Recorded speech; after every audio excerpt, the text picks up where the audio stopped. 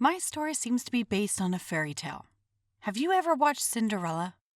My story is similar, but it's more violent because of my stepmother.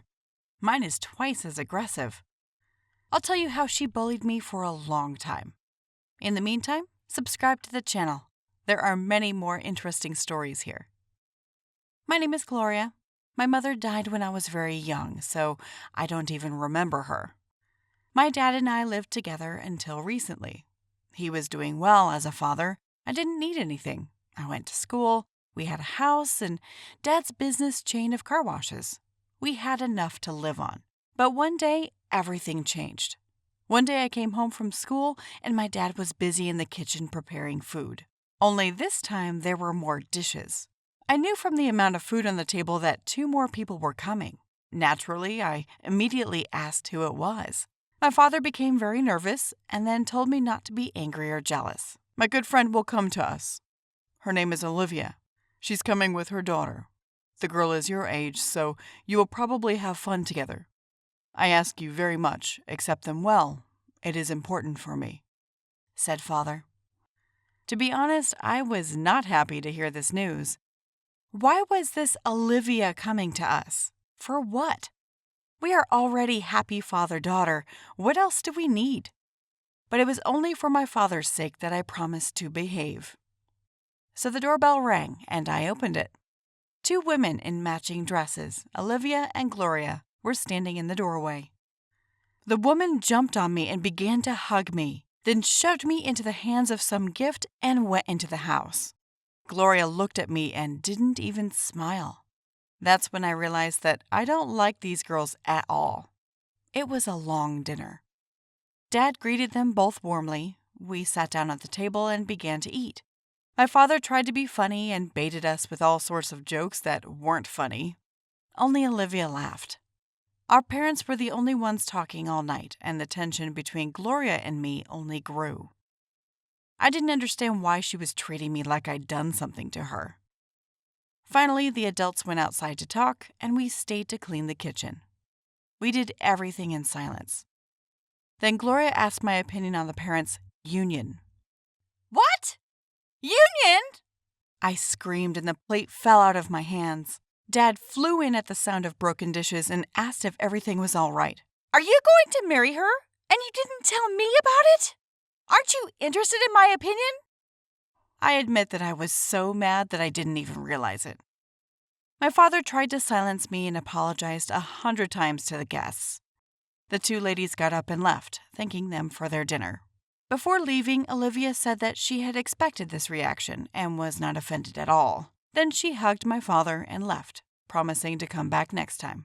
My father and I had an unpleasant conversation. It turns out that for more than 6 months, he has been having an affair with this woman. She is divorced and has a daughter, Gloria, who, by the way, has also been in the know for a long time and is not at all against the union, as her father said. He scolded me for my behavior and asked me to accept his choice because he fell in love with this woman and wants to make her a marriage proposal. She doesn't need you.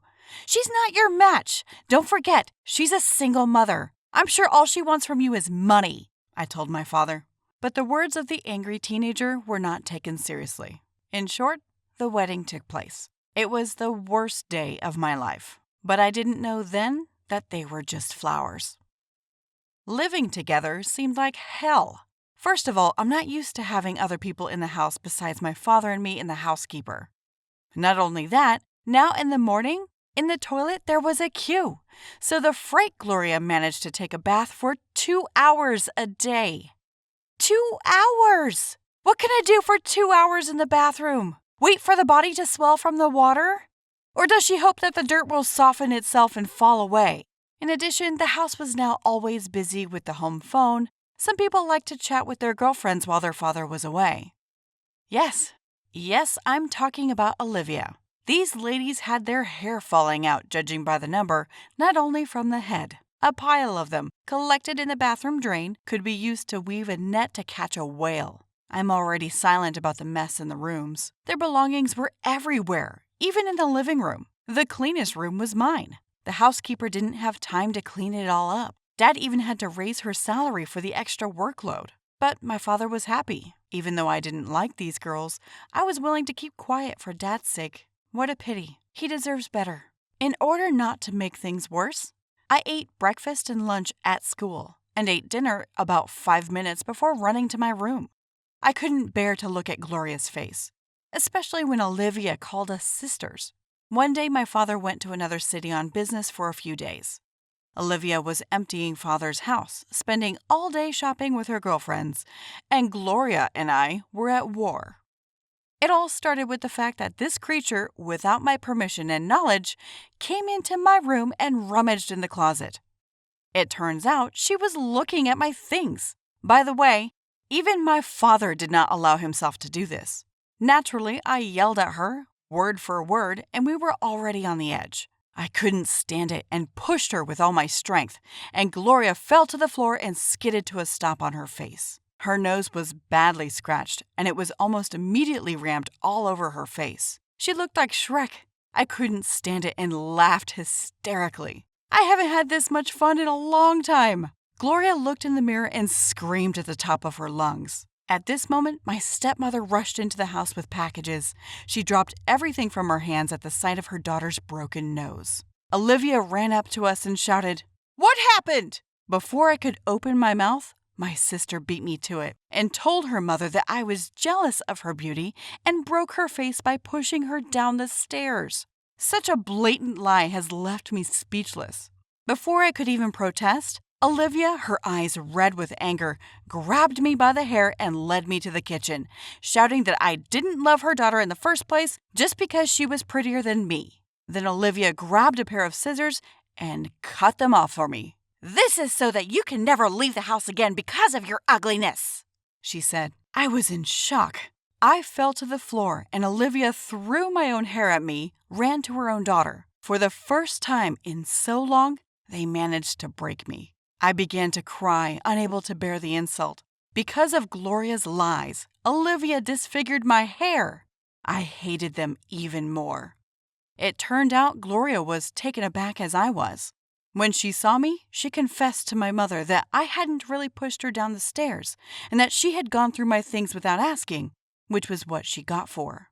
Olivia almost fell through the ground, and I realized I couldn't live with these crazy people. When my father arrived, I told him everything, but it was Olivia and Gloria who enlightened him before I did.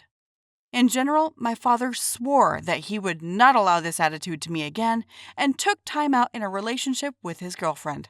He said there was nothing worse than a woman's war, but she had no right to raise a hand against me. So now, everything is as it was before. Dad and I are living together again, and this time, I will find a bride for him. Hi guys, I'm Mark. My story is about how my parents stole my childhood. Every day I lived like a prison. My parents raised me quite strictly and not quite logically, in my opinion. Just took and cut out my inner self.